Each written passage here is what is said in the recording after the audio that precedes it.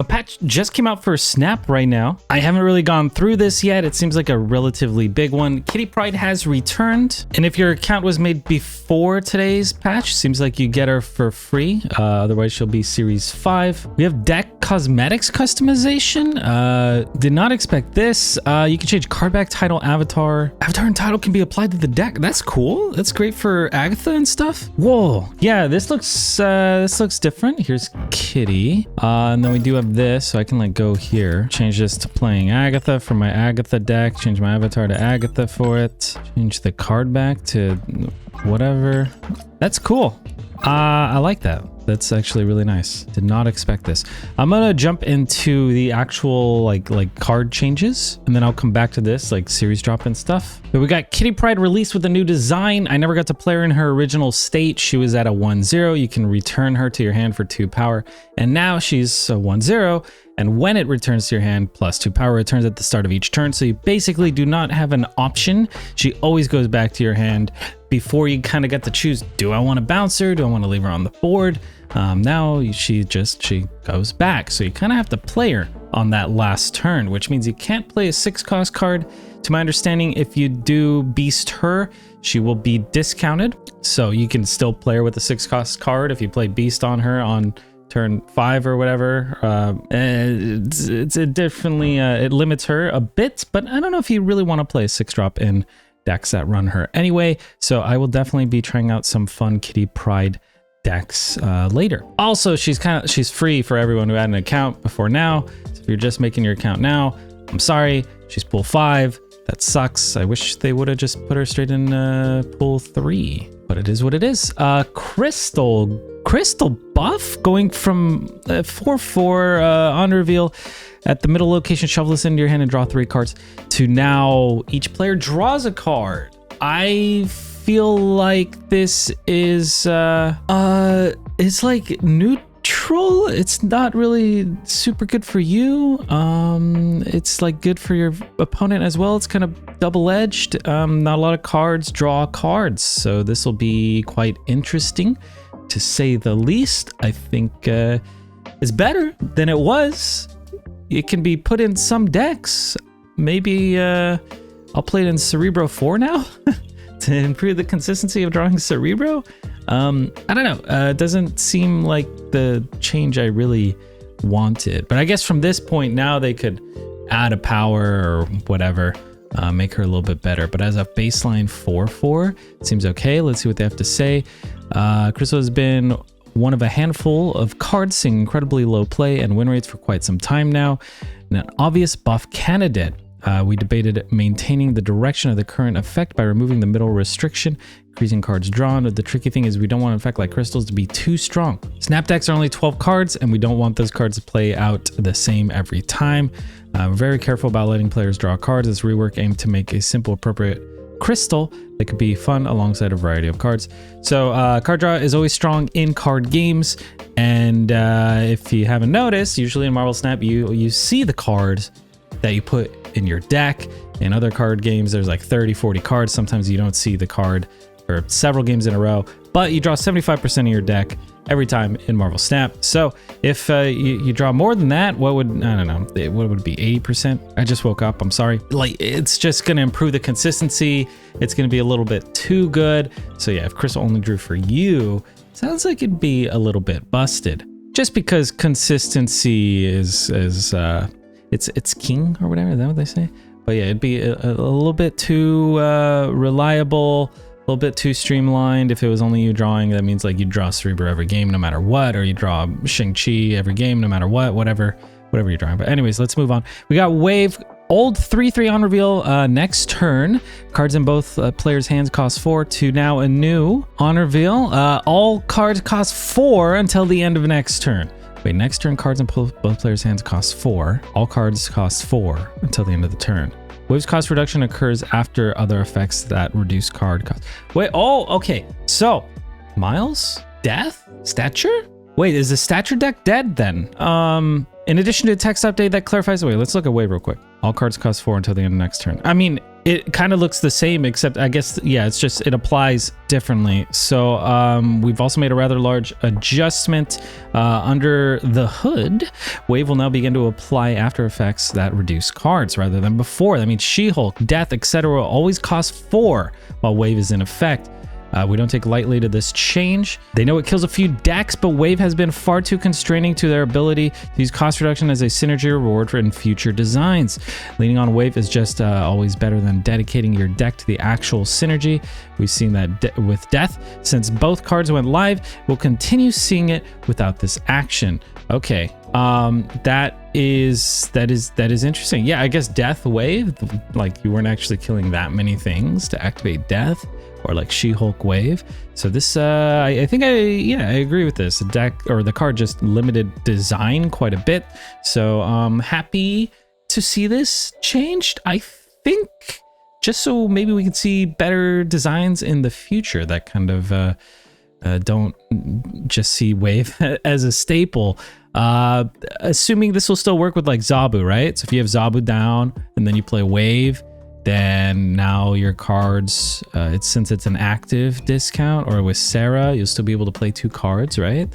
So maybe we start seeing Wave Zabu stuff. So you can play 2 cards if they cost 4. They can only play 1 card. I don't know. Again, I just woke up, but maybe that'll be interesting. Maybe something to mess around with. Probably not too good, but could be fun.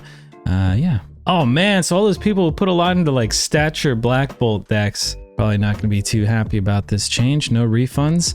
We got Death going from a 9/12, cost 1 less for each card destroyed this game. Now is an 8/12, cost 1 less for each card destroyed this game. So no change. Just well, I mean, no card text change. We have Death going down in cost. There are now no 9 cost cards. There's only Death, who costs 8. Assuming this is because she no longer works with Wave. Also, I don't know about you guys, I was noticing when I was messing around with Venom quite a bit recently that my Death always costs like 1 too much. I wasn't playing Wave in those, but I was like trying to be able to play Null and Death on the last turn, but I'd be like, oh, Death costs 1, Null costs 6, we got Sabretooth cost 0, but like I can only play 2 of these, and Null and Death are generally like around the same power when I'm playing those decks. Maybe I just built them weird. They were very early renditions of those decks, but yeah, I think Death getting discounted by 1 might be quite a big deal for those sort of decks that are running Death, that are destroyed decks, but do not run Wave. So I'm very happy about this, actually. I like it. I do like it quite a bit. Which variant do you guys like the most? A lot of people like Flaviano, but I like this one for some reason. We got White Queen. Oh, a text only change. I guess I should read Death's thing. It's dependent on Wave and Galactus. Want to improve replayability in other decks. Now with their interaction, that Wave has changed. May not be enough, and if we see Death take a huge dive, we'll come back and look at this, see how the values can be adjusted to ensure that Death remains a meaningful card for dedicated destroy decks. Putting her at 7, I think should be way too good. Way too good. So I feel like 8 might actually be a sweet spot. I am excited to mess around with that. We have White Queen. Text only, old text, new text. Okay, draw a copy of the highest cost card in your opponent's hand. Copy the highest cost card in your opponent's hand into your hand. Yeah, that makes sense because it's not drawing. Oh yeah, they even talk about it here. Widow's Bite. I was just about to complain about this. Did I cover this for most of it? No, it's just this one. Yeah, the text is very important in card games because you're like, oh, why is there inconsistencies? Like Widow's Bite says you don't draw, and then you, I don't know, some draw interaction happens and you don't draw and you're confused. Yeah, shorthand for copying a card into your hand, but for now we're going with the clearest expression. Okay, that makes sense. I like this text change. Not a big deal for people who understand how the card works, but definitely, you know, a little bit of clarity around it, especially for new players. So we got some bug fixes. Probably not going to go through these. This is all in their Discord, by the way. I'm looking at it on the Steam page. Yeah, if you go here to their Steam page, if you're playing on Steam, I played for 1,000 hours on desktop only. We have it here. So yeah, bug changes. Not going to go through these, but I mean, this is nice. Playing Sentry should no longer cause an aw snap error. Love to see that. Now I can play more Sentry. Some other quality of life stuff, it seems like. She-Hulk adjusted, so her fist no longer obscures her power. Oh, did they fix the lockjaw bug? I don't know, maybe that's in here somewhere, but we got, I don't want to waste your time. We have changes to ranked as well as series drops. So first we can look at the series drop. From 5 to 4, we have Master Mold, Negasonic, and Nimrod. Fantastic news. Love to see series drops, cards getting more accessible to the player base. So Master Mold is a pretty okay, solid card. I think he was a little bit better in previous metas. But with Ronin, there's still a lot of fun to be had around Master Mold. Also, they just released a Master Mold variant. I am completely lying. I just woke up. It's Ronin. Oh God, it's not Ronin. It's Baron. Oh God, yeah, Baron just came out. Let's see what it looks like with a little frame break. But they had no Baron variants previously. And I know it's a pixel. You guys are gonna hate, but I think it's a solid pixel. So there's a Baron pixel. Previously had no variants in the game. So maybe I'll mess around with a Mold Baron Ronin thing. Now these are a little bit more accessible. Let me know if you're curious to see some of that action. Although I think Baron's the most cuttable card. Negasonic, a tech card that doesn't really see that much play. And then Nimrod. Well, most people have Nimrod if you got the battle pass, but nice to see him drop regardless. From 4 to 3, Sentry. My favorite deck. The Toxic Void is now more accessible because we have Sentry. We have Silver Surfer, finally, Dazzler, Shadow King. All these cards, honestly, a bit underwhelming. Same with Ghost. Sauron also more accessible, but Sauron's heyday's kind of over. He was mostly good in that Shuri era. But not bad to see Sauron dropping. I think since people have forgotten about Shuri Sauron decks, might not be a bad choice at the moment. Card staying in Series 4. Darkhawk and all. Wait, like permanently? Wait, why does it say this? Why does it say this? Does that mean permanently? I'm confused here. It doesn't really give much context on that unless I somehow missed something. I'm confused why this just isn't listed. This must mean like a permanent thing. Maybe I missed something. All right, so it seems like I missed this whole part. It is not in the Steam update, so I grabbed it from the Discord. So re-adding this part in, or editing it in. Card acquisition updates. The next few months are going to be truly epic for Marvel Snap. We have a new mode coming next month called Conquest. Marvel Snap on Windows continues to get polished and prepared for its global launch. And lastly, we're dreaming up ways of improving the fun of getting new cards. We've seen a lot of questions and feedback about how we introduce new cards to Marvel Snap. With our next patch on the horizon, we'd like to share some updates about our plans to improve how you acquire new cards. Our goal over the next few months is to find ways for more people to get the chance to play with new cards more often. I'm hearing a lot of people complaining about not being able to play with the new cards and kind of quitting the game because of this slog that you get, right? Where you just can't acquire cards. You get used to acquiring cards and then all of a sudden you can't. Flexible series release. We've heard many players express that releasing every new card in Series 5 is interfering with their ability to get excited about those releases. We don't want to feel pressured to, we don't want you to feel pressured to wait for series drops in order to enjoy that content. We like you to be able to play with more new cards each month. Our goal is to make all new card releases feel exciting, accessible, and impactful in Marvel Snap. In our future seasons, we'll be experimenting with releasing some cards directly to Series 4. Starting with 2 card released in Series 4 in June. That's next month. We believe releasing some cards at lower token costs will increase accessibility and excitement for new cards released each week. We'll be listening to your feedback and find the right balance between Series 5 versus Series 4. So some cards will be directly in Series 4, which is nice. Some directly in Series 5, which I guess makes sense. Something like, I don't know, Iron Lad, it's probably the Series 5, but maybe something like Snow Guard or Howard the Duck would be Series 4, right? Because I don't really recommend, I mean, I haven't played with Howard yet, but like, yeah, buying Howard for 6,000 tokens, probably not a good idea. Flexible series drop. In addition, modifying release series for some cards, we'll also be taking a look at the series drop cadence for cards. Currently, all cards are on the same schedule, starting in Series 5, dropping to Series 4, eventually Series 3. However, the reality is that not all cards are created equally appealing to players, like Snowguard. Going forward, we're going to exercise more flexibility and what cards drop series and when. Interesting. Sometimes this means preserving the series of a card, as is the case with Thanos and Galactus. Other times this means we may drop a card from series 5 to series 3 because we simply want more people to experiment with it. Did I draw on this? Why is this dot here? Interesting though, they're gonna drop from series 5 directly to series 3, they say here. This is cool, I can kind of highlight things. We may even skip a monthly series drop entirely. Oh my god, this is interesting. I don't know if this is good when the meta looks fun and healthy. Well, I do like a fun and healthy meta. But hopefully they don't start doing this too often. These decisions will be made on a card-by-card basis based on data and player feedback instead of applying a blanket rule to all cards. Okay, so they're telling us to complain more often and then they'll listen to us.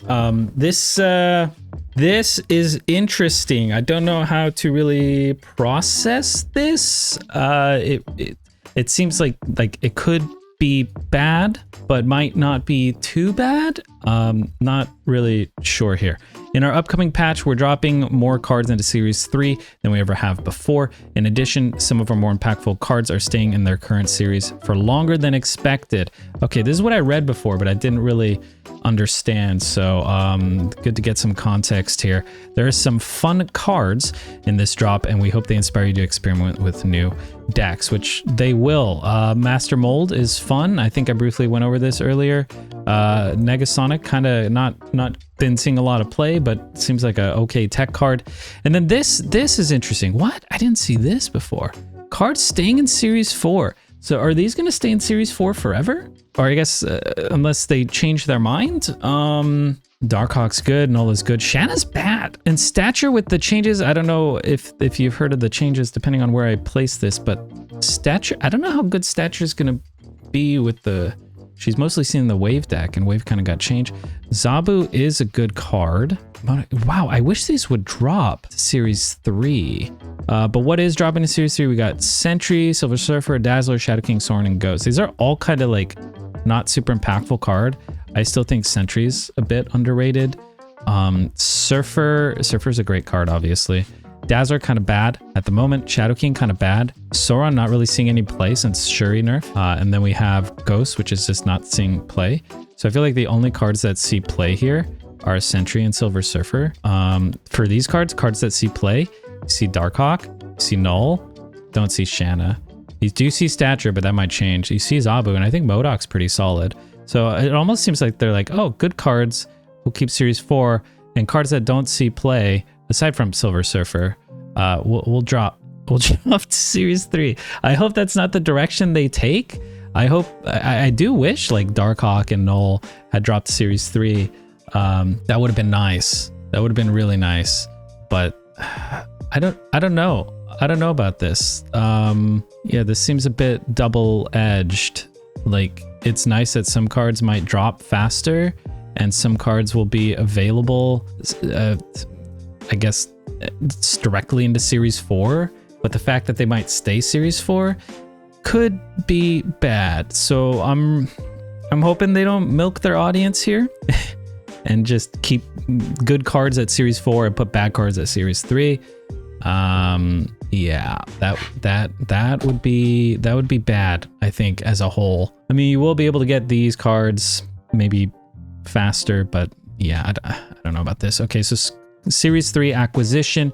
In previous patch, they made some changes. So basically, I already read this. I had to reread this a couple times.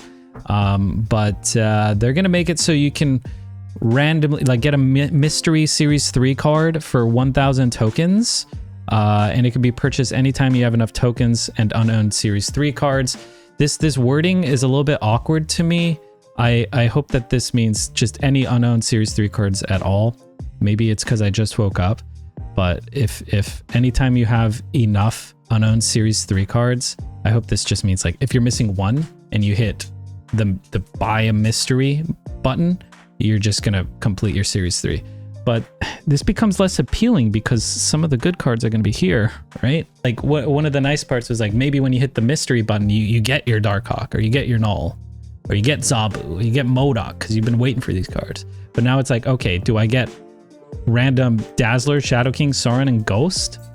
Or do I save up and get Darkhawk and Null and Zabu? Because those are good, right? It's kind of, it's a bit, I don't know. I don't know how to feel about this yet. Still processing. More ways to earn tokens. So they are going to give us more tokens. I am hoping this is quite a bit more because of the acquisition changes here. But seems like it seems like they are going to give us more, but they don't really say how much. But they do also say, where is it?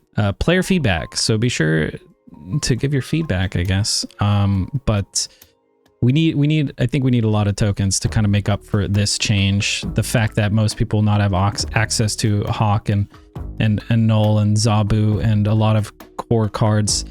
But yeah, they've been making changes to how you acquire tokens. I think most people have been getting more tokens, which has been nice. You don't have to be Series 3 complete in order to get that bonus token acquisition, right?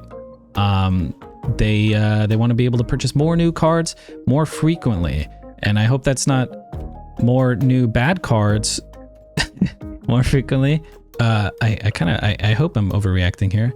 But yeah, they're going to add weekend missions. So everyone stopped playing on the weekend because of hot featured location, whatever. So now they're trying to bring people back with the weekend missions. So win games to earn credits, win games to earn gold, win games to earn tokens. So win games with the newly released card. So they're kind of saying you'll get a bit of a refund here, almost, if you play with the new card. So you just buy Iron Lad and you play some Iron Lad games, and hopefully they give you like 1,000 tokens back. It's probably not going to be 1,000. I hope so, but we'll see. They haven't really put a number on this, so it's really hard to gauge. I mean, if we're all getting 1,000 tokens a week off of this, that's great, right? But if we're just getting 200 tokens or something, it's quite negligible. So really curious to see where they go from this. They could really mess up, or they could do a really good job. So I'm a little nervous here, but thank you for your feedback and patience. I feel like they want to make it better. They want to make card acquisition better, but I'm not sure. I don't know. I'm curious to see what you guys think in the comments below. I feel like I was a bit more optimistic about this patch before. I'm filming this after, so if all of a sudden I seem more excited later, that's probably why. Because I'm gonna cut to stuff I filmed before seeing this. General updates, ranked mode. Number of cubes required to rank up has decreased from 10 to 7, so a 30% drop. The bonus ranks gained when tiering up has been reduced from 5 to 3, a 40% drop.